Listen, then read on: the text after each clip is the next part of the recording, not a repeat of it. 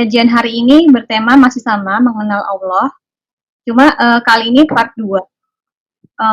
Kita tetap akan mengulas masalah langkah-langkah mengatasi kecemasan, cara praktis mendidik jiwa, ditutup dengan panduan doa untuk mengatasi kecemasan. Kali ini kita juga akan ada sesi tanya jawab. Buat teman-teman yang ingin bertanya, bisa menggunakan fitur chatting di app Zoom ini. Nanti kita akan bacakan. Yang kedua, bisa juga menggunakan klik fitur raise hand atau angkat tangan. Jadi teman-teman bisa berbicara langsung. Oke, mungkin supaya ini kayaknya tanya jawabnya biar agak panjang, Ustadz. Mungkin langsung aja, Ustadz ya. Boleh dimulai. Ya, terima kasih. A'udzubillahi minasyaitonirrajim. Bismillahirrahmanirrahim. Alhamdulillahilladzi la ilaha illa huwa khaliqis samawati wal aradina as-sufla. Rabbil akhirati wad dunya wa munzilil kitabi was suhufil ula. Wassalatu wassalamu ala sayyidina wa nabiyyina Muhammadin al-Mustafa alladzi dana fatadalla fakana qaba qausaini aw adna wa ala alihi masabihid duja wa a'lamil wara wal hudatil mufaddah wa radiyallahu anus sahabati ulir rusydi wa ulil nuha. Assalamualaikum warahmatullahi wabarakatuh. Pada bagian lalu kita telah berbicara tentang apa yang kita sebut sebagai golden rule atau kaidah utama dalam kita mengenal Allah Subhanahu wa taala. Dan kita telah sebutkan beberapa ayat yang menunjukkan bahwa dalam mengenal Allah Subhanahu wa taala, Allah Subhanahu wa taala itu meminta kita untuk lebih dahulu memulai, jadi meminta partisipasi kita. Kemudian Allah akan membuka pada sisinya apapun yang kita lakukan. Jadi ada suatu upaya timbal balik. Dan ayat-ayat yang kita sebutkan telah menunjukkan hal itu. Di antaranya kita sebutkan bahwa Allah menyebutkan di dalam surah Al-Baqarah ayat 152, "Fadhkuruni adzkurkum washkuruli wala takfurun." Maka itu ingatlah kalian kepadaku, niscaya aku ingat pula kepada kalian, dan bersyukurlah kepadaku dan janganlah kalian mengingkari nikmatku, artinya jangan kufur kepadaku. Dan ini artinya Allah Subhanahu wa taala meminta kita untuk memulai dengan mengingatnya, berzikir kepadanya. Lalu pada ayat lain, sisi negatifnya Allah mengatakan wala takunu kalladzina nasullaha fa ansahum anfusahum ulaika humul fasiqun. Dan janganlah kalian seperti orang-orang yang lupa kepada Allah lalu Allah menjadikan mereka lupa kepada diri mereka sendiri. Mereka itulah orang-orang fasik. Jadi mereka yang lupa Allah, Allah akan lupakan mereka dengan diri mereka, dan itu artinya kita sudah bahas sedikit bahwa orang yang lupa diri ini nyaris tidak akan ada kebaikan yang bisa diharapkan bagi dirinya, untuk dirinya, dari dirinya, karena bagaimana? Orang ini kosong, tidak ada selongsong bernama tubuh, raga, tetapi jiwanya sudah tidak dia kenali lagi. Dia sudah tidak lagi mengenal jiwanya, sedemikian sehingga kita sebutkan pada bagian lalu, orang seperti ini akan menjadi kendaraan syahwat, kendaraan setan, dan pada akhirnya menjadi walinya syaitan. Lalu sebaliknya kita sebutkan bahwa mereka yang mengingat Allah, jalannya akan dimudahkan oleh Allah untuk Allah pun mengingat mereka. Dan kalau mereka sudah mengingat Allah dan Allah mengingat mereka, maka mereka akan dengan mudah dekat dengan Allah. Dan kalau sudah dekat dengan Allah, mereka akan menjadi kekasih Allah. Dan kalau sudah menjadi kekasih Allah atau waliullah, maka Allah telah mengatakan la khaufun 'alaihim wa la hum yahzanun. Mereka tidak akan memiliki ketakutan dan mereka juga tidak akan pernah bersedih. Dan kaidah hubungan timbal balik antara hamba dengan Allah ini telah menjadi salah satu yang Allah sering sebutkan di dalam Al-Quran dalam berbagai ayat. Misalnya wa ahsin kama ahsanallahu ilaik dan lain-lain yang menunjukkan bahwa hamba ini diperlakukan oleh Allah seolah-olah hamba ini memiliki sesuatu, padahal hamba ini sebetulnya juga tidak melakukan apa-apa. Tapi inilah bentuk kasih sayang Allah di satu sisi, rahmat Allah di satu sisi, dan di sisi lain inilah bentuk penghormatan dan penghargaan Allah terhadap hamba, terutama manusia ini. Sesuai dengan apa yang Allah katakan, walaqad karramna bani Adam. Dan sesungguhnya kami telah memuliakan anak Adam. Jadi anak Adam Allah muliakan dengan menjadikan anak Adam ini, manusia ini seolah-olah punya sesuatu di hadapan Allah. Sedemikian sehingga Allah mengajak dia untuk berduet seolah-olah seperti itu, dan mengajaknya untuk menyapa Allah supaya Allah pun menyapa menyapa dia, dan juga meminta bahkan meminta dia untuk berdoa, untuk meminta kepada Allah. Misalnya di dalam surah Ghafir ayat 60 yang juga sudah kita sebutkan pada kajian sebelumnya, Allah berfirman, wa qala rabbukum ud'uni astajib lakum. Mintalah kepada aku atau berdoalah kepada aku, tentu aku akan mengijabahkan atau menjawab. Lalu Allah menyebutkan juga, innalladzina yastakbiruna an ibadati sayadkhuluna jahannama dakhirin. Tapi kalau kalian ini semuanya mau istikbar, tidak mau berdoa aja, tidak mau meminta aja kepada Allah, tidak mau, maka Allah akan memasukkan mereka semua ke neraka jahannam. Itulah salah satu dari kesimpulan yang kita sampaikan pada bagian yang sebelumnya tentang ma'rifatullah. Nah sekarang, setelah kita mengenal golden rule itu, ya, dan ini sebenarnya menarik kalau kita mau bahas, tidak cukup 1-2 sesi, bahwa sebetulnya surah Wadduha itu pun menegaskan kepada kita tentang golden rule ini.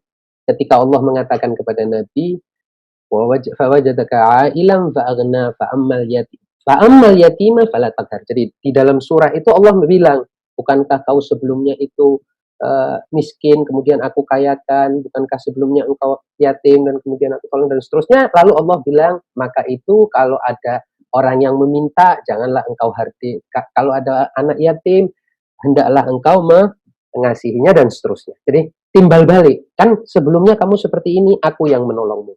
Maka sekarang giliranmu menolong orang-orang lain yang statusnya sama seperti statusmu sebelumnya. Ini luar biasa indah, dan pembahasan tentang ini bisa sangat panjang, tapi bukan waktunya sekarang, insya Allah pada kesempatan lain. Pada kali ini saya akan menyampaikan metode kita mendekat kepada Allah Subhanahu wa Ta'ala, mengenal Allah Subhanahu wa Ta'ala dengan apa sebenarnya, dan apa sarana yang paling efektif untuk kita mengenal dan mendekat kepada Allah.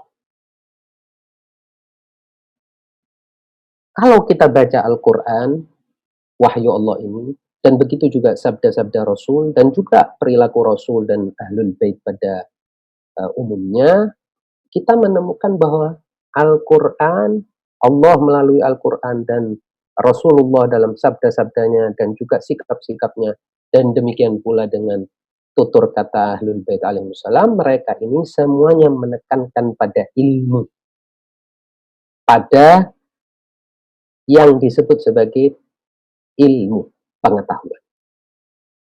Sedemikian sehingga kepada mereka lah sebagian besar firman-firman Allah ini Allah sampaikan. Dan juga tentang mereka lah Allah berbicara. Nah, pertanyaannya, Bagaimana Allah menunjukkan kepada mereka? Para ulama kemudian mengatakan berdasarkan sebuah ayat yang ada di dalam surah Fussilat ayat 53, yaitu yang berbunyi, saya bacakan aja, sanurihim ayatina fil afaq wa fi anfusihim hatta yatabayyana lahum annahu al-haq awalam yakfi birabbika annahu ala kulli syai'in syahid. Di sini Allah berfirman yang artinya kami akan memperlihatkan kepada mereka tanda-tanda kami di segala wilayah bumi atau di angkasa, ya, bisa juga disebut sebagai di cakrawala, dan pada diri mereka sehingga jelas bagi mereka bahwa wahyu ini atau Al-Quran ini adalah hak. Tidakkah cukup bahwa sesungguhnya Tuhanmu, Rabbika, menjadi saksi atas segala sesuatu. Berdasarkan ayat ini, para ulama mengatakan bahwa ada dua cara Allah memperkenalkan tanda-tandanya, yang itu berarti memberi ilmu kepada manusia. Yaitu cara pertama adalah melalui cakrawala ini, yang disebut sebagai alam, apa yang ada di luar kita. Dan yang kedua adalah wafi anfusihim, dan di dalam diri mereka. Maka kemudian mereka mengatakan ada dua metode mencari, menggali tanda-tanda Allah, dan dengan itu manusia mendekatkan diri kepada Allah, menghasilkan pengetahuan untuk mengenal Allah melalui yang ada di luar dirinya atau melalui apa yang ada di dalam dirinya. Dan kalau ditimbang antara kedua ini, yang dari dalam dirinya itu lebih pakem, lebih paten, lebih menghunjam, dan akan lebih kuat, berbekas pada jiwa manusia. Yang ada kemudian makrifat manusia atau belajar manusia ini tidak pernah berhenti dalam mengenal tanda-tanda Allah. Karena apa? Karena itulah Allah Subhanahu wa Ta'ala di dalam Al-Quran menggunakan istilah ilm. Ilm ini menarik dalam bahasa Arab yang digunakan dalam Al-Quran. Ilmu itu berasal dari huruf Ain Lam Mim, yang dari kata itu muncul kata ilmu, muncul juga kata alim, yaitu orang yang berilmu, dan muncul kata alam, yaitu sesuatu yang menjadi sumber pengetahuan atau sesuatu yang diketahui manusia. Dari kata yang sama juga kalau kita lihat dalam bahasa Arab ada kata alamah, yaitu tanda, yang dengan demikian kalau kita mau ringkaskan pembahasan etimologis tentang ilmu ini, kita akan menemukan bahwa sebetulnya ilmu itu tanda tentang sesuatu, tanda tentang hakikat. Sedemikian sehingga orang yang mendapatkan ilmu, dia harus mengarah kepada suatu hakikat. Dan hakikat itu tidak lain dan tidak bukan adalah Allah Subhanahu wa Ta'ala.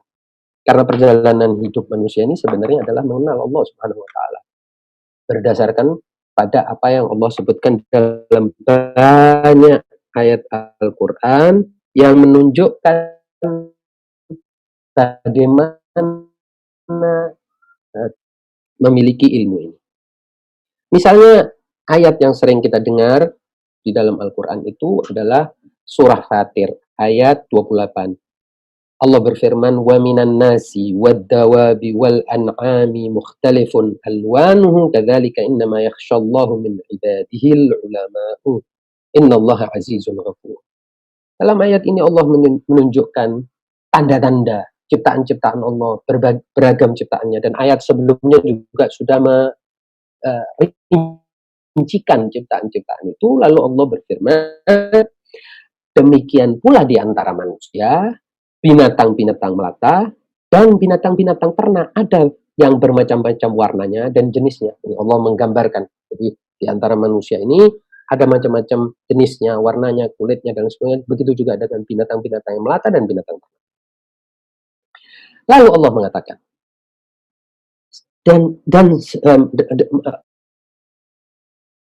Allah berfirman, sesungguhnya yang takut kepada Allah di antara hamba-hambanya hanyalah ulama. Ulama maksudnya di sini adalah jamak dari alim, yaitu orang yang berpengetahuan.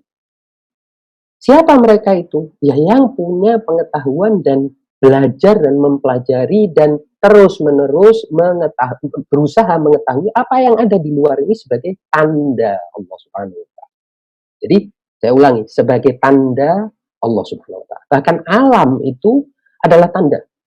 Alam dalam bahasa Arab, al-alam itu artinya sesuatu yang menandakan yang lain. Ilmu itu sendiri juga tanda. Ayat dalam Al-Quran itu artinya juga tanda. Tanda tentang siapa?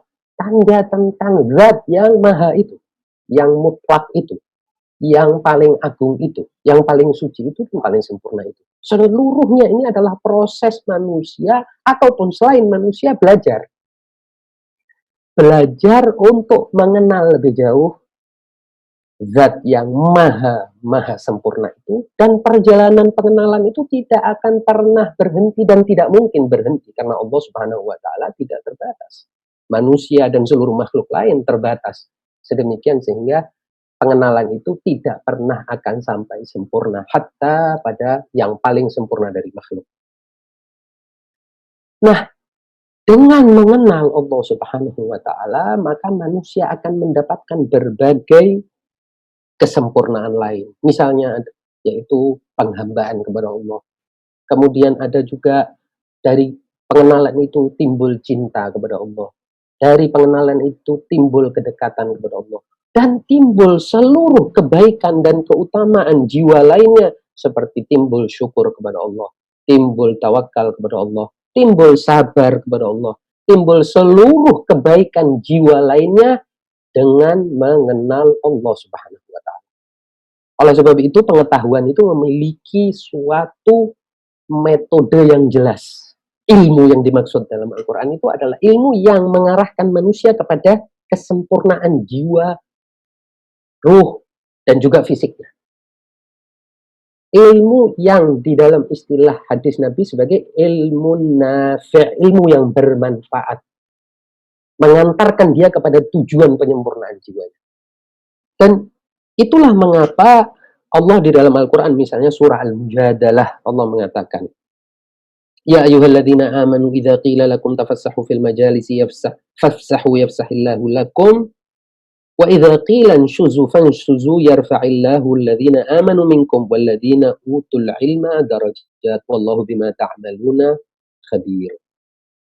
Allah mengatakan di sini, hai orang-orang beriman, apabila dikatakan kepada kalian berlapang-lapanglah kalian dalam majelis, maksudnya majelis itu jangan desak-desakan, tapi berikan kesempatan orang untuk datang, maka lapangkanlah, niscaya Allah akan memberi kelapangan untuk kalian. Dan apabila dikatakan berikanlah, berdirilah kalian, maka berdirilah, niscaya Allah akan meninggikan.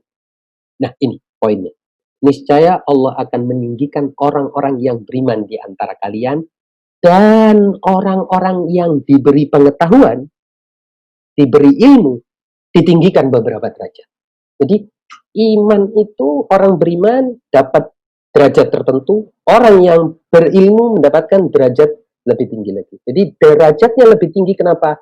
Karena orang yang berilmu dapat beriman lebih lanjut, dapat memupuk imannya lebih lanjut, dapat mengukuhkan imannya lebih lanjut, dan dapat menjadikan imannya itu sesuatu yang lebih konstan, lebih stabil, bukan sesaat-saat saja beriman dan kemudian di saat lain tidak beriman atau di saat lain kehilangan imannya. Jadi pengetahuan, ilmu itu yang akan menstabilkan keimanan orang.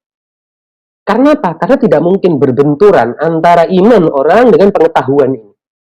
Kalau orang mengawasi alam semesta ini, memperhatikan alam semesta, dia akan belajar tentang keteraturan alam semesta sedemikian sehingga dia akan punya kesimpulan bahwa alam semesta ini bukan pekerjaan sia-sia, bukan sesuatu yang tiba-tiba terjadi, dan juga bukan sesuatu yang dilakukan untuk sekedar permainan, seperti kata Allah sendiri. Dia akan menyadari bahwa alam semesta ini ternyata cerdas, alam semesta ini punya sistem yang canggih, dan seterusnya, dan apapun yang dia pelajari akan menambah imannya bahwa alam ini diciptakan oleh yang maha bijaksana, yang maha mengetahui, yang maha menguasai, dan lain sebagainya. Dan itulah mengapa ilmu itu memiliki kedudukan yang luar biasa di dalam Islam. Bahkan saya pernah sedikit berdiskusi dengan beberapa penganut agama lain yang juga mengenal kitab-kitab suci lain, dan juga belajar tentang kata-kata bijak dari para orang bijak dari agama lain atau dari budaya lain, atau juga katakanlah naskah-naskah kuno. Mereka mengatakan kesimpulannya adalah bahwa tidak ada kitab suci dan nabi yang lebih menekankan kepada ilmu ketimbang Al-Quran dan Rasulullah SAW. Bahkan ketika mengisahkan tentang Nabi Adam pun, yang pertama kali penciptaan itu juga bicara tentang ta'lim. Wa'allama Adam al-asma. Jadi memberi pengetahuan Adam tentang nama-nama. Bayangkan, mulai dari situ sudah cerita manusia ini dimulai dengan sesuatu yang disebut sebagai pengetahuan. Lalu juga lebih daripada itu, bahwa juga ayat yang pertama turun juga tentang pembelajaran. Iqra, baca. Itu menunjukkan bahwa agama ini basis utamanya itu adalah pengetahuan. Sedemikian sehingga ilmu itu akan mengantarkan si yang mendapatkannya, si subjek yang menerima ilmu itu kepada sesuatu yang lebih baik, penyempurnaannya. Dan itu yang disebut sebagai keimanan. Dan tidak ada kebenaran yang takut dengan ilmu. Yang takut dengan ilmu itu kejahilan. Yang takut dengan ilmu itu kebatilan. Kalau ada orang takut ilmu, atau takut orang berilmu, atau takut menyebar budaya ilmiah dalam suatu masyarakat, berarti orang itu atau ajaran itu adalah ajaran yang palsu, ajaran yang batil. Makanya dia takut. Karena ilmu itu pada hakikatnya adalah cahaya. Dia terang di dalam dirinya sendiri dan menerangi yang lain. Itu definisi ilmu. Dalam hadis Nabi adalah al-ilmu nurun. Ini seringkali dipelesetkan, ilmu itu nurun, maksudnya turun dari bapaknya ke anaknya dan seterusnya oleh sebagian orang Jawa ya, nurun. Padahal itu maksudnya adalah ilmu itu cahaya. Dari sisi apa ilmu itu cahaya? Dari sisi bahwa orang yang memiliki ilmu di dalam dirinya dia terang, dia tahu, dia bisa merasakan, dia bisa memahami. Dia tidak lagi meraba-raba, tapi dia melihat. Dari satu sisi seperti itu. Di sisi lain, orang yang di dekatnya juga akan mendapatkan petunjuk dari dia. Karena dia sudah juga selain terang, dia menerangi. Cahaya kan sifatnya terang di dalam dirinya sendiri dan menerangi sekitarnya. Ini makna dari ilmu. Lalu Allah juga misalnya, bahkan kepada Nabi yang paling mulia pun, Allah bilang, mintalah tambah ilmu. Dalam surah Allah berfirman, fata'alallahul malikul haqqu wa la ta'jal bil qur'ani min qabli an yuqdha ilaika wahyuk wa qul rabbi zidni ilma. Ini sering kita baca, rabbi zidni ilma. Tambahkan ilmu kepada. Nah, ini artinya bahwa ilmu itu adalah sesuatu yang memang menjadi salah satu dasar agama ini dan dasar kita mengenal Allah Subhanahu wa taala, dan tidak mungkin kita bisa mengenal Allah Subhanahu wa taala tanpa kita memiliki ilmu. Ini kita sebut sebagai the golden bridge. Ilmu ini adalah jembatan emas kita mengenal Allah, mendekat kepada Allah, sayang kepada Allah, dan yang lain-lain itu di bawah ilmu. Maka dari itu aneh sekali. Ini sekarang sebuah renungan. Aneh sekali ketika kita melihat umat Muhammad SAW ini lebih condong kepada segala hal selain ilmu. Ada ahli ibadah, ada orang berilmu, wah, semua pada menuju kepada ahli ibadah. Padahal Rasulullah berulang-ulang dalam berbagai versi hadis, dalam berbagai redaksi hadis, dalam berbagai kesempatan, beliau mengatakan, kalau ada majelis mudhakaratul ilm, orang membahas ilmu, lalu ada majelis orang beribadah, pergilah ke majelis orang yang membahas ilmu. Lalu juga Rasulullah juga berulang-ulang mengatakan bahwa orang yang berilmu itu lebih afdol, lebih mulia daripada orang yang beribadah. Bahkan Rasulullah berulang-ulang dalam redaksi yang berbeda-beda mengatakan bahwa tafakkuru sa'ah, berpikir sesaat itu lebih baik daripada beribadah setahun. Dan ada lagi riwayat dalam beribadah sepanjang 1000 tahun dan lain sebagainya. Yang intinya begitu mengunggulkan ilmu ini. Nah, bagaimana bisa kita hidup di tengah-tengah masyarakat yang seperti ini? Itu karena masyarakat ini masih mengandalkan kepada panca indera. Dia mengira orang ahli ibadah pasti dekat dengan Allah. Padahal Allah sudah bilang, kalau mau mendekat kepada Allah, mesti pakai ilmu. Bukan dengan mata, semata-mata. Mata ini tidak selalu menghasilkan ilmu. Jadi sekarang definisinya, apa itu ilmu? Kan begitu. Pertanyaan selanjutnya yang paling harus kita tekunkan. Ilmu itu adalah sesuatu yang ada jalan mencarinya, ada metodenya, ada prinsip-prinsip utamanya, ada cabang-cabang. Jadi ada pokok-pokok ilmu, ada cabang-cabang ilmu, dan ada metode belajarnya. Dan tidak bisa orang bilang saya dapat ilmu langsung dari Allah. Tidak.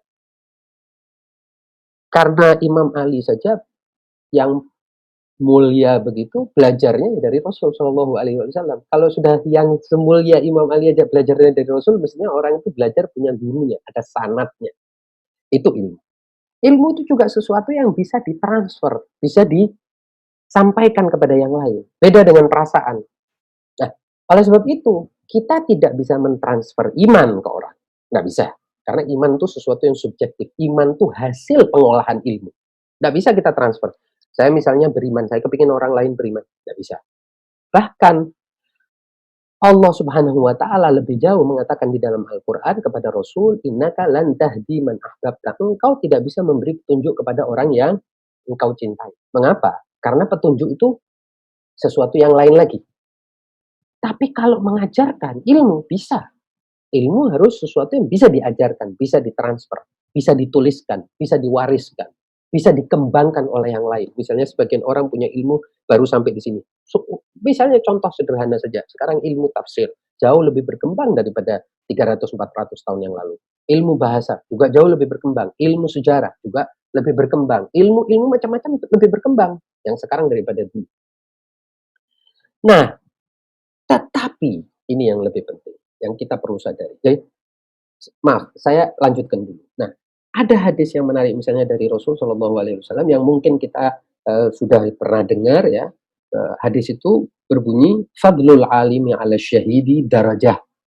Kemuliaan orang berilmu alim ya dari seorang yang syahid di jalan Allah itu adalah 1 derajat. Jadi lebih mulia sederajat.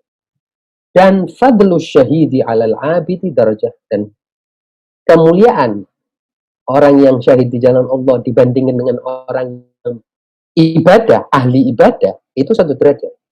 Wa fadlun nabi alal alimi darajah, dan keutamaan nabi atas orang yang alim atau berilmu itu 1 derajat lagi.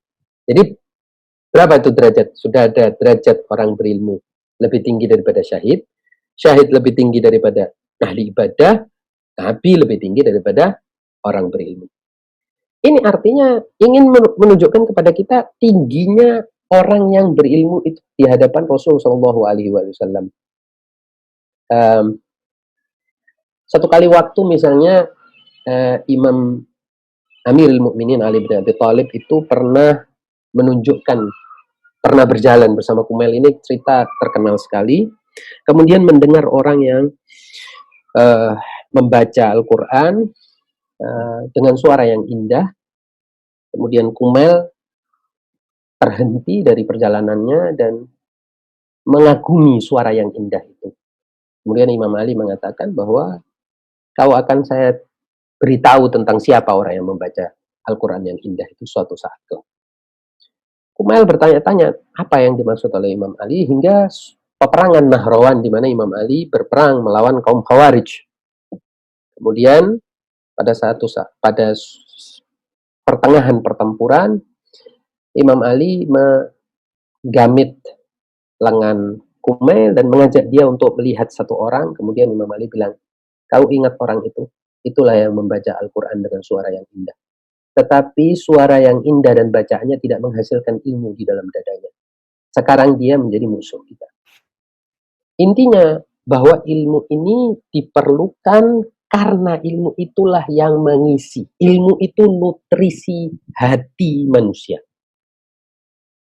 Dan karena ilmu itu nutrisi hati manusia, maka kita perlu tahu ilmu apa yang masuk ke dalam hati kita. Apa ilmu yang masuk ke dalam hati kita? Seperti kita perlu tahu nutrisi apa yang masuk ke dalam tubuh kita. Persis seperti itu. Kalau nutrisi kita buruk, kalau asupan kita buruk, maka tubuh kita akan buruk. Boleh jadi kita kelihatan sehat oleh orang, boleh jadi kita kelihatan gempal, gemuk, dan lain sebagainya, tapi karena susunan nutrisinya tidak benar, akibatnya tubuh kita ini rapuh, rentan, tidak memiliki imunitas, tidak memiliki kekuatan. Dan itu juga yang terjadi ketika ilmu itu asupan ilmu kita salah. Asupan ilmu kita justru membawa kita kepada berbagai macam masalah baru. Dan itu di dalam sebuah hadis disebutkan oleh Rasul yang menurut saya sangat menarik. Ya, asupan itu dimulai dengan apa? Kita sebetulnya kan banyak macam-macam orang itu makan. Ini sekarang saya berikan ilustrasi. Macam-macam orang itu makan, niat makannya itu macam-macam. Ada orang seperti yang diajarkan oleh Rasul Shallallahu Alaihi Wasallam makan untuk melepaskan lapar, minum untuk melepaskan haus dan dahaga. Ada orang enggak, kalau katanya orang Jawa itu nyonyo, rakus, makan terus tanpa tahu maksud dia makan itu apa. Sedemikian sehingga yang masuk ke dalam perutnya, sistem pencernaan tubuhnya adalah segala hal yang tidak diperlukan oleh tubuhnya. Sedemikian sehingga makanan itu menjadi racun. Pada akhirnya menjadi kolesterol yang buruk, menjadi menimbulkan berbagai persoalan bagi tubuhnya. Nah, ilmu itu harus diawali dengan niat mencari ilmunya itu apa. Dan di sini Rasul Shallallahu Alaihi Wasallam mendudukkan dalam sebuah hadis yang luar biasa. Rasulullah bersabda, "Man ta'allamal ilma littakabbur mata jahilan." Siapa yang mencari ilmu untuk sombong, untuk kesombongan, maka dia akan mati dalam keadaan bodoh. Jadi aneh, orang mencari ilmu tapi kok matinya dalam keadaan bodoh. Ya, karena maksud dia mencari ilmu sekedar untuk sombong-sombongan, untuk gagah-gagahan.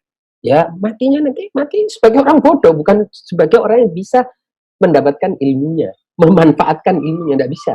Cuman jadi gaya-gayaan aja. Ini sama seperti orang makan bukan untuk mengenyangkan, bukan untuk kesehatan.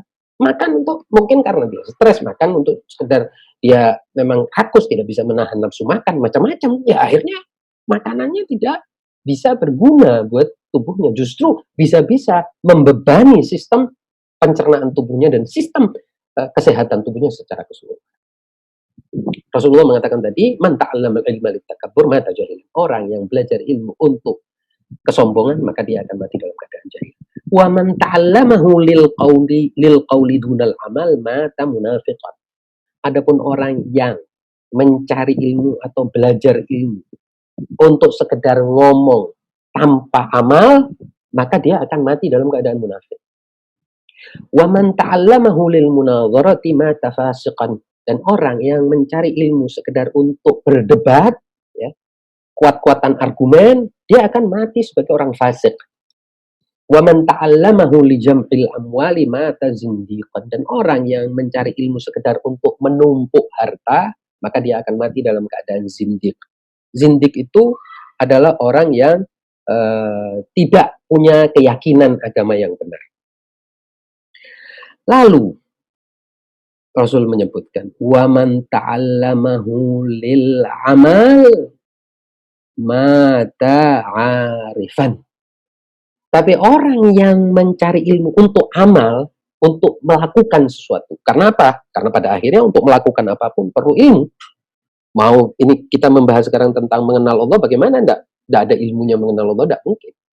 Atau dia mau mengenal dirinya, mengenal watak-watak dirinya, keutamaan-keutamaan dirinya, keburukan-keburukan dirinya, potensi-potensi dirinya, penyakit-penyakit dirinya, untuk dia melakukan sesuatu, bukan untuk sekedar seminar sana, seminar sini, maka orang seperti ini akan mati dalam keadaan arif, bijak, mengenal Allah Subhanahu wa Ta'ala. Dan itulah mengapa dalam hadis disebutkan, al-ilmu bila amalin kasyajari bila tamar. Ilmu tanpa amal itu seperti pohon tanpa buah. Dan itu juga mengapa bahwa ilmu di dalam Al-Quran itu digandengkan dengan amal, digandengkan dengan perbuatan.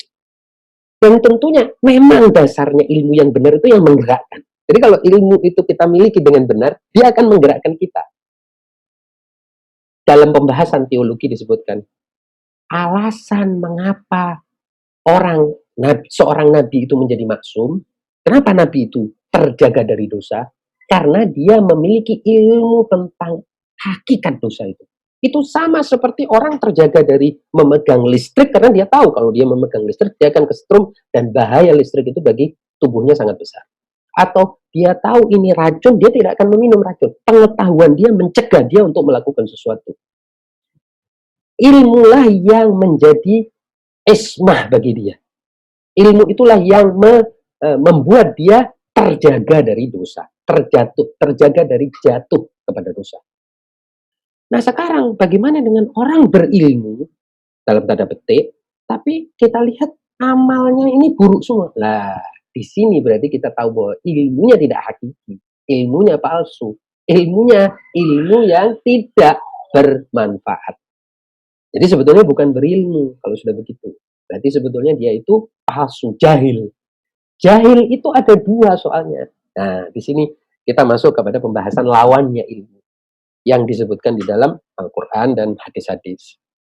Jahil itu ada yang berarti tidak memiliki ilmu, ada yang berarti tidak memiliki ilmu, merasa memiliki ilmu. Yang pertama itu disebut sebagai jahil basit, kebodohan yang simpel, yang tidak ada efeknya bagi orang yang bodoh, selain bahwa dia tidak akan pernah mendapatkan kesempurnaan yang didapatkan oleh orang yang memiliki ilmu. Tapi kalau yang posisi kedua, yaitu orang yang bodoh tapi merasa pintar, dia bukan hanya tidak akan mendapatkan kesempurnaan orang yang berilmu, tapi dia akan melakukan keburukan dan melakukan bahaya, dan juga melakukan seluruh usaha untuk menggugurkan kebaikan orang-orang yang berilmu.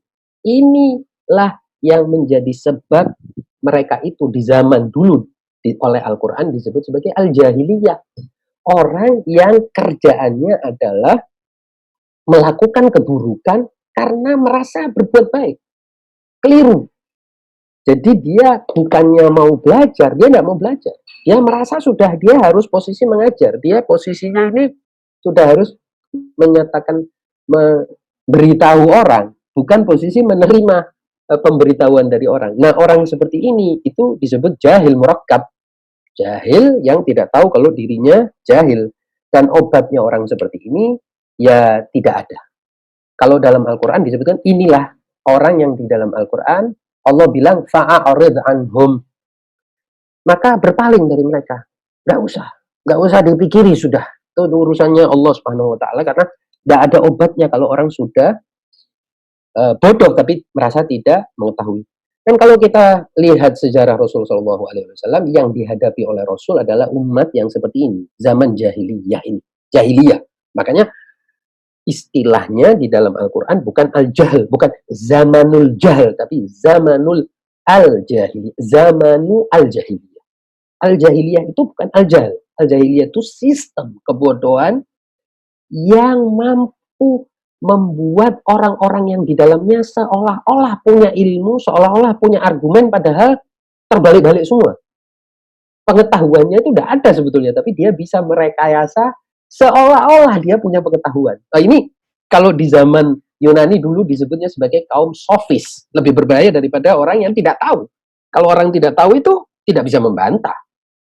Makanya saya pernah ngomong, kalau Rasulullah itu menghadapi orang yang tidak tahu, benar-benar polos, insya Allah tidak akan ada peperangan, tidak akan ada penentangan, tidak akan ada perdebatan, tidak akan ada apa-apa. Coba kita pergi ke desa-desa dimanapun di dunia ini, kalau ketemu orang-orang polos yang memang bodoh, dia tidak akan membantah. Tapi yang berbahaya itu adalah orang yang merasa tahu, merasa punya argumen, merasa punya keyakinan lebih baik daripada kita, merasa punya segala sesuatu yang lebih baik daripada kita. Nah, posisi menghadapi mereka ini berantakan. Ini akan terjadi konflik panjang dan belum tentu berakhir damai, dan bisa jadi belibet terus dari satu konflik ke konflik yang lain, dan itulah yang disebut sebagai al-jahiliyah, yaitu istilah dalam mantiknya, dalam ilmu mantiknya disebut sebagai al-jahlul murakkab. Na'udzubillah min dzalik. Nah, dari apa yang kita sampaikan ini, kita jadi tahu bahwa ilmu ini adalah sarana untuk kita menuju kepada Allah Subhanahu wa taala, dan ilmu itu di satu sisi ada alimnya, orang yang berilmunya, di sisi lain ada alamnya. Partnernya orang berilmu itu alam. Alam ini bersanding. Makanya alam ini bukan hanya alam dunia. Ya kan? Allah menyebutkan Rabbil Alamin, artinya Tuhan berbagai alam-alam. Alam itu banyak. Selalu akan menyanding, bersanding bersama orang yang berilmu. Jadi alim itu adanya di alam. Alam ini wadah mereka belajar. Wadah mereka menuntut ilmu. Teman mereka mencari ilmu. Teman mereka menggapai tanda-tanda Allah Subhanahu wa taala. Alamat. Jadi alim berada di alam untuk meraih ilmu yang tidak lain adalah alamat tentang kebesaran, kesempurnaan, kemahakuasaan, maha pengetahuan Allah Subhanahu wa taala. Ini bersanding terus. Apakah itu di alam dunia, atau di alam kubur, atau di alam barzakh, atau di alam-alam yang akan datang. Makanya disebut alam. Tempatnya orang belajar ilmu. Tempatnya alim menambah ilmu. Dan Allah telah mengatakan, wa ma utitum minal ilmi illa qalila. Kalian ini tidak akan pernah sampai kepada ilmu yang banyak. Enggak. Pada hakikatnya mau belajar berapa juta tahun pun tetap akan sedikit dibandingkan dengan yang harus dipelajari, dibandingkan dengan kekuasaan dan kebesaran Allah dan kesempurnaan Allah. Dan karena Allah Subhanahu wa taala tidak terbatas. Saya kira itu yang bisa saya sampaikan. Sebagai, kalau ada yang mau bertanya, silakan Ibu moderator memoderasi. Bisa lewat chat di samping ini ya, atau Ya. langsung saja. Terima kasih. Ya, terima kasih Ustadz. Mungkin pada Mbak Esti untuk pertanyaan, boleh dibuka teman-teman. Ini ada salam Ustadz. Cara beragama sebagian kalangan di sini menyebut lewat ilmu dan kajian. Tapi sebenarnya ini pada dogma, bukan logika dan argumen logis. Itu gimana Ustadz? Ya, betul. Jadi ilmu ini ada dua jenis. Ya, kalau kita bisa katakan ilmu itu ada yang bersifat rasional, ada yang bersifat nukilan. Dua-duanya ilmu.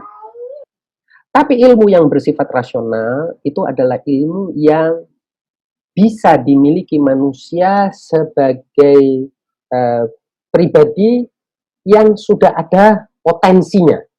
Jadi di dalam dirinya sudah ada potensi untuk memahami konsep-konsep rasional itu. Misalnya matematika itu secara keseluruhan itu adalah ilmu rasional. Kalau diajarkan kepada orang 1 tambah 1 sama dengan 2, itu akan masuk di kepala dia meskipun dia tidak hafal rumusan itu. Dia akan nyantol, itu logis. Nah, itu ilmu rasional. Ilmu tentang mengenal Allah Subhanahu wa taala juga sesuatu yang rasional, bukan nukilan. Tapi ada ilmu nukilan seperti ilmu bahasa, ilmu tata cara, ilmu syariat, itu sebagian besarnya nukilan, tidak bisa dirasionalisasi. Kenapa harus tangan kanan duluan bukan tangan kiri? Kenapa wudhu itu harus dimulai dari muka? Itu semuanya adalah ta'abbud. Itu semuanya adalah apa? Setelah kita memahami bahwa Allah adalah pencipta kita, kita secara rasional menerima pencipta kita itu punya hak untuk ditaati oleh kita. Nah, hakut ta'ah, hak ketaatan itu rasional. Tapi apa yang dia perintahkan itu semuanya adalah ketaatan. Bagian implikasi dari ketaatan. Tidak bisa kita rasionalisasikan. Nah, oleh sebab itu agama ini ada dogmanya, ya, ada bagian dogmanya, tapi juga ada bagian pengetahuan rasionalnya. Nggak bisa semuanya dogmatis. Kalau semuanya dogmatis tanpa argumen logis, maka manusia tidak bisa percaya, manusia tidak bisa beriman. Itu pentingnya. Saya kira begitu. Baik Ustadz. Semoga menjawab Pak Hari Permadi, terima kasih. Ini ada lagi nih kayaknya hampir sama Ustaz sama pertanyaan aku. Ini dari Mas Salman Nasution, ilmu menjadi sarana menggapai tanda-tanda Allah di alam dunia. Pertanyaannya, apakah di alam-alam lain seperti alam kubur, akhirat, tadi Ustaz mention alam kubur juga kita bisa belajar ternyata gitu kan. Dan seterusnya juga ada pengajaran atau taklim atau kegiatan keilmuan gitu Ustaz. Pertanyaannya. Ya jelas ada semua itu dan tidak akan pernah selesai karena manusia ini kan seperti tadi saya bilang, manusia ini adalah pembelajar. Manusia ini hakikatnya disuruh belajar terus sama Allah. Dan itu tidak ada akhirnya.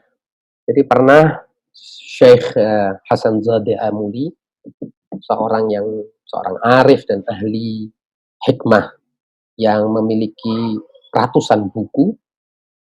Di antara bukunya itu adalah 1000 argumen tentang keabstrakan dan imaterialitas jiwa. Beliau ini ahli ahli dalam matematika, ahli dalam geometri, astronomi dan lain sebagainya. Usianya sekarang mungkin sudah 95 tahun kurang lebih atau lebih bahkan ya, dan masih hidup sampai sekarang dan memiliki berbagai karya yang spesifik dan unik di bidangnya. Unik sekali. Yang kalau sekarang itu hampir tidak ada orang yang memiliki ilmu keunikan ilmu seperti itu. Beliau pernah ditanya oleh salah seorang muridnya, "Wahai Syekh, engkau ini sudah banyak punya ilmu, banyak punya karya, engkau telah menelurkan sekian banyak karya di bidang macam-macam yang ini akan dikaji mungkin sampai ratusan tahun ke depan. Lalu apa sih keinginanmu nanti itu kamu kalau dibangkitkan itu inginnya apa?" Beliau menjawab, "Saya ingin belajar Nahjul Balaghah langsung dari penuturnya. Saya pengen tahu makna-makna kandungan dari Nahjul Balaghah itu langsung dari penutur, yaitu Imam Ali bin Abi Thalib." Nah, jadi dia ini termasuk orang yang kehausan ilmu ini kan seperti kata Imam Ali. Orang mencari ilmu sama seperti orang mencari harta, dari sisi kehausannya nggak akan ada habisnya. Bedanya, harta pasti habis. Harta hanya berguna di dunia.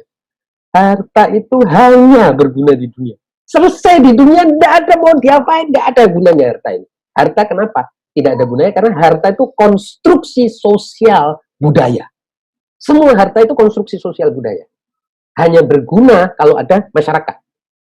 Misalnya umpamanya kalau satu orang punya uang 300 triliun tapi dia hidup sendiri. Uangnya tidak akan berguna. Sama sekali tidak berguna uang 300 triliun. Misalnya ini suatu saat, tidak tahu ya, ini sekedar perumpamaan. Misalnya satu orang diberi oleh Allah 100 triliun tapi seluruh dunia hilang. Kira-kira ada gunanya uang 100 triliun? Tidak ada gunanya. Tapi kalau ilmu, selalu ada gunanya hatta kalau dia hidup sendiri. Apakah dia hidup sendiri di dunia, ataukah dia hidup sendiri nanti di kuburan, ataukah dia hidup sendiri di alam-alam selanjutnya, ilmunya akan berguna. Di situ katanya Imam Ali, hebatnya ilmu, yaitu orang yang mencari ilmu, ilmu yang akan menjaga dia. Sementara orang mencari harta, dia harus menjaga hartanya. Dia harus berpikir terus bagaimana hartanya berkembang, bertambah, jangan sampai hilang. Jadi sebenarnya semua pencari harta itu adalah budak harta. Semua pencari ilmu itu adalah rajanya ilmu. Pencari ilmu itu dijadikan raja oleh ilmu. Dipertuan agungkan oleh ilmunya. Oleh sebab itu para ahli hikmah mengatakan tidak ada sarana hidup di dunia maupun di akhirat yang lebih baik daripada ilmu. Oleh sebab itu Imam Ali mengatakan, "Idza aradta dunya fa'alaika bil ilm wa idza aradta al akhirah fa'alaika bil ilm." Kalau engkau mau cari dunia, ya kamu perlu ilmu. Kalau kamu mau cari akhirat, ya kamu perlu ilmu. Jadi ilmu adalah makanan yang tidak bisa orang bilang saya sudah cukup. Wah, kalau ada orang bilang gini, kembali kepada seperti yang tadi saya katakan, pasti dia golongan orang yang jahil murakkab. Orang yang merasa dirinya berilmu padahal tidak punya ilmu. Ini dari Nat, salam Ustadz, bagaimana pandangan Ustadz terkait orang yang menolak ilmu dari selain apa-apa yang diyakininya? Apakah dari semua orang yang berbeda-beda ilmunya boleh kita ambil sesuatu darinya? Terus gimana nyaringnya gitu? Bagus, pertanyaan yang luar biasa bagus. Saya ingin kembali kepada perkataan Rasul tadi. Mengapa? Kalau kita mau bertanya, kenapa ya Rasulullah Shallallahu Alaihi Wasallam bilang kepada kita, dan dia adalah yang paling menyayangi kita di antara semua makhluk hidup ini, dia bilang kalau ada majelis taklim, ada majelis orang bicara ilmu, dan ada orang majelis ibadah, pergilah ke orang yang majelisnya bicara ilmu. Kenapa seperti itu? Kalau kita pikirkan kenapa? Karena majelis ibadah bisa jadi kumpulan orang-orang yang mau menipu orang. Bisa jadi, kita nggak tahu. Orang beribadah bisa jadi untuk riya, dan itu sudah dijelaskan dalam Al-Quran, dalam hadis, dalam macam-macam. Betapa banyaknya orang riya. Kalau orang mencari ilmu, mau riya sekalipun, akal setiap orang bisa menilai, karena ilmu itu sesuatu yang bisa diverifikasi, sesuatu yang bisa orang itu ketahui. Oh, ini ilmu. Oh, ini bukan ilmu. Oh, ini ada dasarnya. Oh, ini tidak ada dasarnya. Oh, ini ada faktanya. Ini tidak ada faktanya. Semua orang bisa menilai sendiri. Orang bisa melakukan verifikasi, bisa menimbang sendiri dengan akal. Jadi ilmu itu ya, tidak akan tertipu oleh mata. Kenapa? Karena ilmu itu alat verifikasinya ada di dalam diri manusia, yaitu akalnya. Nah, ini nanti kita bicara tentang apa itu akal. Secara sekilas, akal itu kekuatan untuk memahami sesuatu yang Allah titipkan pada diri manusia. Lalu juga ilmu itu mengantarkan manusia kepada ibadah yang lebih baik. Makanya Imam Ali mengatakan, naumun ala yakin khairun min ibadatin ala syak. Tidur dalam keadaan yakin lebih baik daripada ibadahnya orang dalam keadaan ragu. Karena orang dalam keadaan ragu, dia tidak bisa mengisi nilai ibadahnya. Nilai ibadahnya itu terombang-ambing dalam keraguannya. Apakah dia diterima oleh Allah? Apakah sholat saya berguna? Apakah sholat saya ini akan dikabulkan? Apakah sholat ini sendiri berguna? Apa manfaat sholat? Enggak tahu, bingung. Tapi sholat tetap.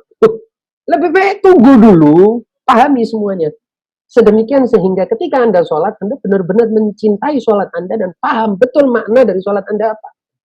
Bukan Anda pikirkan sendiri tidak tahu apa yang Anda lakukan, sama seperti orang mengendalikan mobil akhirnya dalam keadaan mobilnya dalam keadaan dia tidur. Kira-kira apa manfaat orang mengendalikan mobil dalam keadaan mobilnya dalam keadaan dia tidur?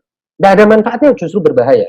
Mobilnya bisa tabrakan dan dia bisa musnah, rusak, hancur, mati.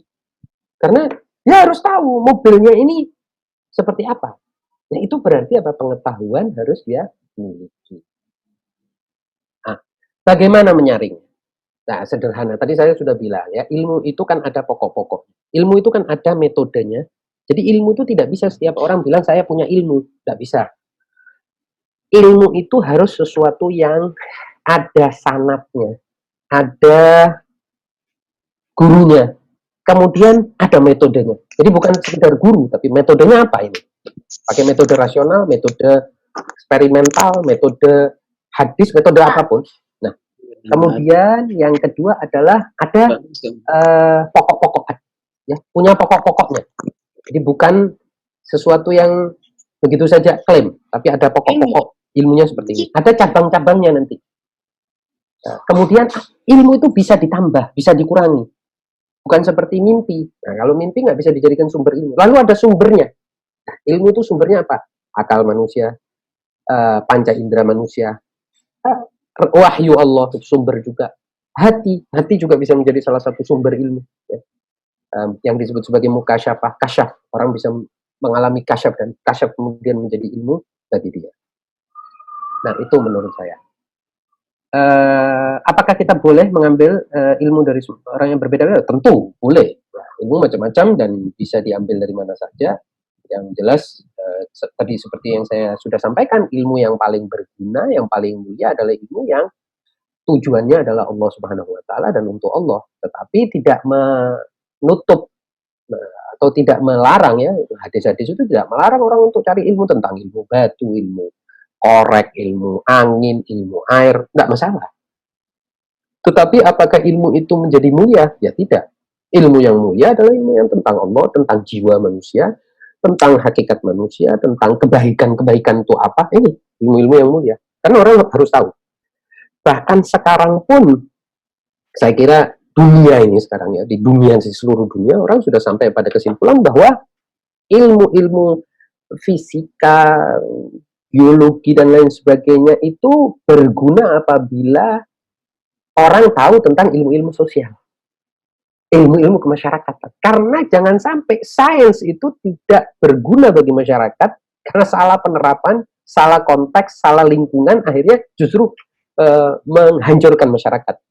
Nah, jadi compatibility, apa istilahnya ya, keserasiannya adalah ilmu-ilmu kemanusiaan lebih tinggi daripada ilmu-ilmu eksakta. Lebih tinggi dari sisi apa? Karena ilmu-ilmu sosial, kemasyarakatan, dan kemanusiaan inilah yang bisa menilai apakah sebuah sains eksakta ini berguna atau tidak. Jangan sampai kita misalnya tak tahu cara bikin korek, saya tak tahu ini ilmu membuat korek, bikin korek sebanyak-banyaknya tapi nggak ada yang berguna, malah ngabisin misalnya asam sulfur di suatu komunitas atau menghabiskan sumber daya alamnya dan lain sebagainya. Jadi nggak guna, nggak bisa. Jadi sekarang para ilmuwan pun sudah sepakat bahwa ilmu-ilmu kemanusiaan lebih tinggi. Saya kira itu. Nah, berarti tadi juga menjawab pertanyaan dari Pak Akib, ilmu yang mesti diprioritaskan ya, Ustadz ya. Jadi ilmu yang kemanusiaan nggak mesti diprioritaskan. Oke.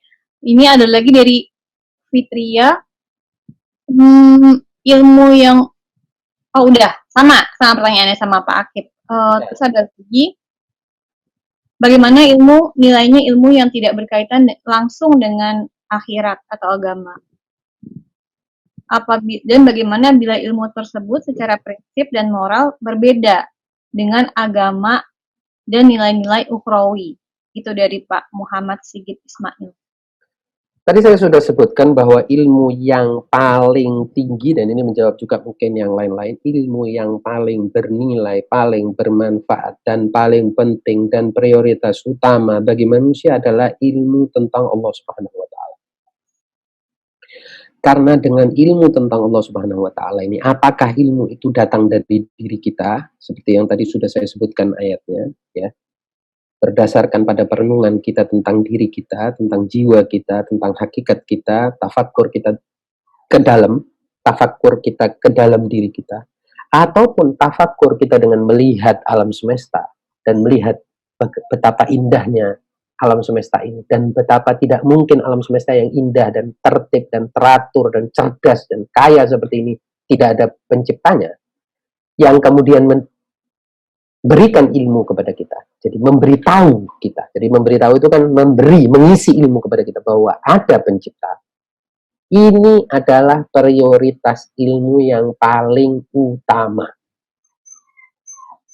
Baru setelah itu ilmu-ilmu tentang kesehatan fisik kita, ya, kemudian ilmu tentang kemasyarakatan, bagaimana mengatur masyarakat, bagaimana kesehatan mereka, bagaimana kesejahteraan mereka, bagaimana mereka itu hidup bisa berdamai dan seterusnya dan seterusnya. Jadi yang paling pertama adalah ilmu-ilmu ketuhanan, mungkin kalau dikatakan itu ya, ilmu-ilmu ketuhanan yang paling penting. Setelah itu ilmu-ilmu kejiwaan, ilmu-ilmu tentang manusianya sendiri. Jadi yang saya sebut tentang kemanusiaan tadi tentang kejiwaan, karena di dalam ilmu kejiwaan itu ada ilmu akhlak yang juga sangat penting. Di pembahasan tentang akhlak ini kan sangat penting karena akhlak ini adalah pendidikan jiwa manusia. Kalau manusia tidak tahu dirinya, tidak mengenal dirinya, siapa dirinya, dia tidak bisa berguna bagi dirinya. Bahkan bisa berbahaya bagi dirinya dan bisa berbahaya bagi semua orang lain. Ini orang yang tidak mengenal dirinya. Lah, kita sudah sebutkan pada kajian sebelumnya, orang tidak mengenal dirinya karena dia melupakan Allah. Dia dalam keadaan ghaflah tentang Allah. Kalau sudah lupa Allah, lupa ya hakikatnya, hakikat keberadaannya. Bagaimana? Nggak kenal Allah, terus mau apa? Terus apa dia ini? Dia ini muncul dari mana? Dari tumbuhan, dari atas langit. Apakah dia menciptakan dirinya seperti kata Allah dalam surat Al-Kahfi, surah Al-Waqi'ah? Apakah dia diciptakan? Apakah dia menciptakan? Dia tidak peduli dengan itu. Nah, bagaimana bisa diharapkan kebaikan dari orang yang tidak peduli tentang salah satu yang paling esensial? Pertanyaan paling dasar. Saya kira seperti itu urut-urutannya. Jadi bagian selanjutnya, bagaimana kalau ada ilmu yang bertentangan dengan nilai-nilai ukhrawi? Saya kira itu bukan ilmu akhirnya, itu adalah kebodohan karena nggak ada yang bertentangan. Jadi tidak bisa orang itu bilang ini ada ilmu nih, Tapi ilmu ini bertentangan dengan kemaslahatan manusia, kesempurnaan manusia, dan kenyataan bahwa manusia itu harus selalu ingat adanya perjalanan yang abadi. Ini bukan ilmu namanya. Ini boleh dikatakan sebagai kebodohan yang menyerupai ilmu, ya bisa jadi, karena kan bisa jadi itu ada ilmu-ilmu tipu daya ya. Setan itu kan juga memberikan ilmu, itu kan seperti kita baca dalam surah tentang apa namanya Harut dan Marut dan lain sebagainya, kan ilmu sihir itu kan ilmu tipuan sebetulnya, ilmu palsu yang menyerupai ilmu padahal kejahilan, kebodohan. Seperti juga klaim, ya klaim itu bukan ilmu, klaim orang, klaim iblis misalnya. Iblis kan bilang dalam Al-Quran, ana khairun minhu, aku lebih baik dari dia. Apa dasarnya wahai iblis, engkau lebih baik daripada Adam? Khalaqtani min narin wa khalaqtahu min tin. Dia, engkau ciptakan aku dari apa namanya api dan kau ciptakan dia dari tanah. Loh, kok bisa api lebih baik dari tanah? Nggak ada penjelasannya, ini cuma klaim. Kalau ini disebut ilmu ya gila, ini bukan ilmu. Ini kan klaim. Nah, banyak juga ilmu itu yang isinya klaim-klaim aja. Klaim-klaim yang sesungguhnya tidak ada kenyataannya dan tidak ada dasarnya. Saya kira begitu. Saat ini terakhir, Punten ini Bapak Hasan, mungkin ini shortcutnya tadi dia menyambung pertanyaannya Pak Ismail ini. Jadi ada nggak sih batasan minimal gitu ilmu agama yang harus dipelajari oleh semua orang? Oke. Ilmu agama, jadi ilmu agama itu luas. Itu bukan pekerjaan semua orang pastinya ya. Tidak mungkin orang menguasai ilmu agama. Siapapun tidak pernah mengatakan bahwa dirinya menguasai ilmu agama. Ilmu apa namanya tafsir itu sampai sekarang itu sudah jumlahnya ribuan dan seterusnya. Lalu batasannya apa? Ya, seperti tadi saya ulangi lagi pada kajian sebelumnya, saya mengatakan yang penting mengingat Allah Subhanahu wa taala. Jangan lupa bahwa ada Allah. Sudah, seminim itu. Kalau kita ingat ada Allah yang menciptakan kita, menguasai segala sesuatu, ini akan menjadi modal kita untuk mengenal Allah lebih jauh dan tanpa batas. Tapi modal dasar ini, yang fitrah ini, jangan sampai hilang. Jangan sampai kita tidak ingat ini. Kalau tidak ingat ini, wassalam. Tidak ada harapan bagi orang seperti itu. Itu saya kira modal minimal. Baik, Ustaz. Mungkin itu tadi pertanyaan terakhir. Mungkin ada doa Ustaz yang untuk dibawa. Ya, saya sebelum mengakhiri sedikit ingin bercerita tentang seorang pemuda, dan ini cerita insya Allah Ta'ala bisa menjadi motivasi kita untuk merasa selalu punya kesempatan untuk berhubungan dengan Allah Subhanahu Wa Ta'ala. Tidak ada istilah kita itu putus asa dengan Allah Subhanahu Wa Ta'ala. Jadi cerita tentang seorang pemuda penggali kubur di zaman Rasul Shallallahu Alaihi Wasallam. Dia hidup di Madinah, dia menggali kubur, dan pemuda ini nakal. Jadi dia sering mengambil barang-barang tertentu karena orang itu masih aja lah menguburkan mayatnya yang dia kasihi itu dan menitipkan sesuatu di dalam kuburannya, ada apa namanya barang-barang tertentu, maka dia malam-malam gali lagi kuburnya, digali lagi, diambil barang-barang itu. Kadang-kadang bahkan kafannya, kadang-kadang kain yang menempel, yang bagus, kira masih bisa dia pakai, ya ambil barang-barang itu dari mayat-mayat. Sampai suatu kali ada seorang perempuan muda yang dikuburkan, dan kemudian ya hilap, ya gali kuburnya, dia setubuhi perempuan itu yang masih baru saja meninggal itu. Jadi mayat itu disetubuhi. Lalu setelah melakukan itu dia menangis dan mendatangi Rasul Shallallahu Alaihi Wasallam dan menceritakan kejadian itu kepada Rasul Shallallahu Alaihi Wasallam. Sampai-sampai Rasulullah tidak tahan dan bilang, kau menjauh dariku, jangan dekat-dekat sini. Aku harus mendengar langsung dari Allah tentang apa ini situasinya.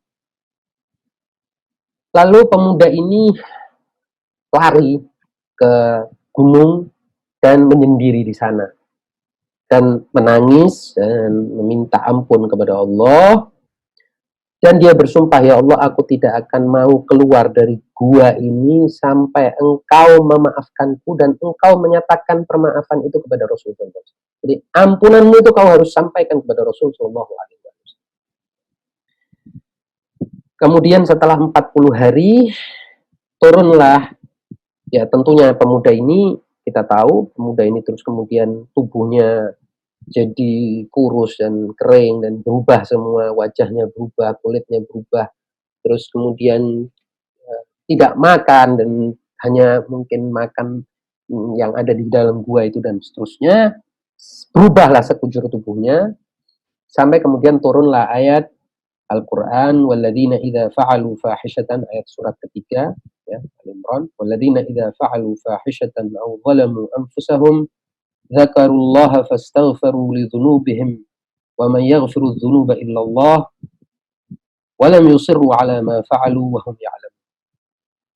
Dan juga orang-orang yang apabila mengerjakan perbuatan keji atau menganiaya diri sendiri, mereka ingat akan Allah Subhanahu wa taala. Zakarullah, ini yang saya maksud. Zikrullah itu, ingat Allah itu esensi, prioritas utama, modal yang kecil tapi esensial. Jangan sampai tidak punya modal ini. Dan apabila orang-orang yang apabila mengerjakan perbuatan keji atau menganiaya diri sendiri, menzalimi diri sendiri, mereka ingat akan Allah, lalu memohon ampun terhadap dosa-dosa mereka, dan siapa lagi yang dapat mengampuni dosa selain daripada Allah. Dan mereka tidak meneruskan perbuatan kejinya itu sedang mereka dalam keadaan mengetahui. Setelah turun ayat ini, Rasul dan rombongan sahabat mendatangi pemuda itu, dan kemudian pemuda itu menjadi orang yang baik dan tidak lama kemudian wafat. Dari kisah ini kita tahu bahwa perbuatan yang tidak masuk akal sebetulnya, tidak, sampai Rasulullah pun yang kita tahu dalam banyak Al-Quran disebut sebagai orang yang penyayang, yang mengasihi orang dan lain sebagainya, tidak mau dekat dari pemuda seperti ini. Itu pun memberikan maaf. Allah Subhanahu wa taala berarti lebih penyayang daripada Rasul sallallahu alaihi wasallam. Itu yang bisa saya sampaikan. Demikian, subhana rabbika rabbil izzati amma yasifun wa salamun alal mursalin walhamdulillahi rabbil alamin.